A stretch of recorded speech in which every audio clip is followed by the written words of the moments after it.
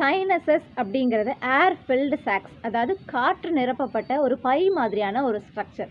இது நம்ம ஸ்கல்லுக்குள்ள 4 pairs of sinuses இருக்குது.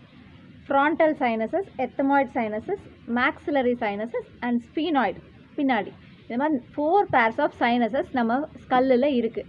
இது எதுக்காக இருக்குதுன்னு பார்த்தீங்கன்னா, நம்ம ஃபேஸுக்கு ஒரு ஷேப் கொடுக்கறதுக்காகவும், நம்ம ஸ்கல்லை வெயிட்லெஸ்ஸாக, அதாவது அதோட வெயிட்டை குறைக்கிறதுக்காகவும், நம்ம வாய்ஸ் கிளியராக வர்றதுக்காக, அந்த ரெசனன்ஸ்க்காகவும், நம்ம சுவாசிக்கிற காற்று அட்மாஸ்பரிக் டெம்பரேச்சரில் இருக்கும்போது அதை நம்ம பாடி டெம்பரேச்சருக்கு மாற்றி அதை உள்ளே அனுப்பும். அது மட்டும் இல்லாமல் அந்த ஏர் ஃபில்டு சாக்ஸ்லேருந்து செக்ரீட் ஆகக்கூடிய மியூக்கஸ் நமக்கு இன்ஃபெக்ஷனையும் ப்ரிவெண்ட் பண்ணும்.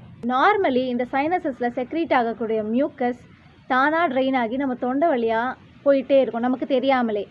இன்கேஸ் அது ட்ரெயின் ஆக முடியாமல் பிளாக் ஆகிடுச்சு அப்படின்னா உள்ள அந்த ஏர் ஃபில்டு சாக்கில் மியூக்கஸ் கலெக்ட் ஆகி அது ஃப்ளூயிட் ஃபில்டு சாக்காக மாறும்போது தான் அது சைனசைட்டிஸாக மாறுது.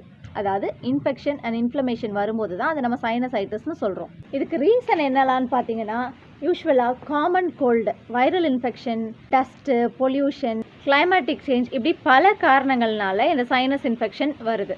இந்த சைனசைட்டிஸோட சிம்டம்ஸ் என்னலான்னு பார்த்தீங்கன்னா, யூஸ்வலாக நோஸ் பிளாக் இருக்கும், மூக்கு அடைச்ச மாதிரியே இருக்கும், மூக்கு ஹெவியாக ஃபீல் பண்ணுவாங்க, மூக்கில் அந்த திக்காக நேசல் டிஸ்சார்ஜ் இருக்கும், தலைவலி இருக்கும், தும்மல் இருக்கும், சென்ஸ் ஆஃப் டேஸ்ட் கம்மியாக இருக்கும், தென் சம்டைம்ஸ் ஃபீவரும் இருக்கும், காதெல்லாம் அடைச்ச மாதிரி இருக்கும், சம்டைம்ஸ் த்ரோட் பெயின் இருக்கும். பொதுவாக மழைக்காலங்களில், அதாவது கோல்டு கிளைமேட்டில் இந்த ப்ராப்ளம் ஜாஸ்தியாக வரும். ஆனால் அதுக்காக வெயில் காலத்தில் வராதுன்னு கிடையாது.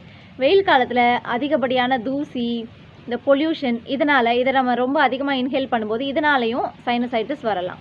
ஸோ இந்த ப்ராப்ளம் இருக்கவங்க ஃபஸ்ட்டு செய்ய வேண்டிய விஷயம் ப்ராப்பர் ரெஸ்ட். நமக்கு ஈஸியாக கிடைக்கிற விஷயங்கள், சத்தான விஷயங்களை நம்ம ரெகுலராக கன்சியூம் பண்ணிட்டு இருந்தாலே போதும், நமக்கு எதிர்ப்பு சக்தி நல்லா வளர்ந்துடும். தென் ஹைட்ரேஷன், தண்ணி மட்டும் இல்லை, fresh fruits and vegetable consume பண்ணணும்.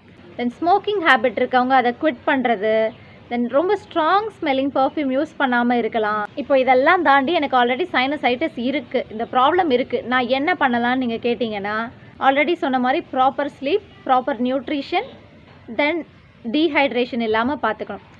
சைனஸ் இன்ஃபெக்ஷனோ, அதாவது தலைவலியோ இல்லை ஃபீவரோ மூக்கடைப்போ இந்த மாதிரி கண்டிஷன்ஸ் இருக்கும்போது நீங்கள் கோல்டாக எதுவும் எடுத்துக்க வேண்டாம். தென் ரொம்ப ஹெட்டேக், ரொம்ப தலையெல்லாம் பெயின்ஃபுல்லாக இருக்கிற பட்சத்தில் ஹாட் கம்ப்ரெஷன்ஸ் கொடுக்கலாம். இதெல்லாம் மட்டும் இல்லை, ப்ராப்பர் ட்ரீட்மெண்ட்டும் கண்டிப்பாக முக்கியம். லாங் டேர்மாக ரிப்பீட்டடாக கண்டினியூஸாக உங்களுக்கு இந்த ப்ராப்ளம் இருக்கிற பட்சத்தில் ஹோமியோபதி ட்ரீட்மெண்ட் எடுத்துக்கிறது அவசியம்.